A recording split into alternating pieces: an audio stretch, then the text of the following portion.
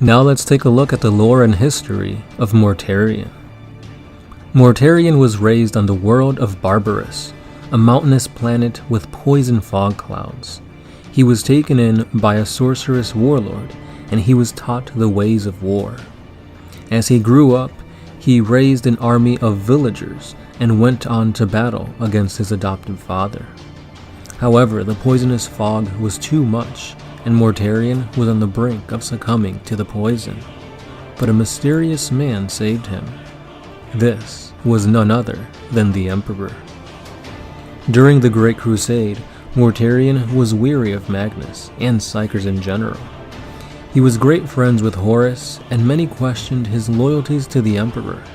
But the Emperor said that loyalty to Horus would be the same as being loyal to him. When the heresy began, Mortarion's hatred for what the Emperor had become really fueled him.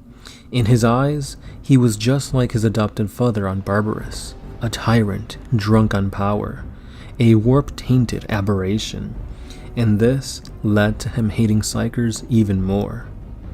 Mortarion and his Legion of Death Guard betrayed the Imperium at Isfahan III, as well as at the Drop Site Massacre. He fought against Jagtai Khan, but the battle ended in a draw. He also banished a demon with his innate psychic powers, and after fighting against Typhon and getting infected by the Destroyer Hive, he reluctantly had no choice but to pledge himself to Nurgle's servitude. After the battle on Terra and Horus's defeat, Nurgle elevated Mortarion to the rank of Demon Prince. His next feats were the slaying of the Supreme Grand Master of the Grey Knights, Garrow-Nation, but then came one of his most humiliating defeats at the hands of Drago, who uttered Mortarion's true name, weakened him to the point where he was able to be pinned down, his chest cavity ripped open, and Garrow-Nation's name carved into Mortarion's chest before being banished into the warp. However, in most recent of events, Mortarion has spread the God Blight, a disease capable of killing even a Primarch. Unfortunately, Nurgle and Mortarion never saw eye to eye, and because of this, he ignored Nurgle's commands, and he ended up fighting against Guilliman.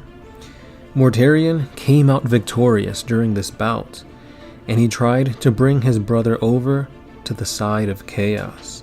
However, Guilliman reawoke, and he channeled the raw powers of the Emperor himself. Mortarion was losing against this newly empowered Guilliman, and because of this, he had no choice but to flee before him. And if you like what we do here, you could always support us by hitting that subscribe button, liking, hitting the notification bell, and of course checking out our Patreon page. But that's all I got for today, guys. This has been the Sound Alchemist, part of One Mind Syndicate, and I'll catch you guys in the next one. Peace.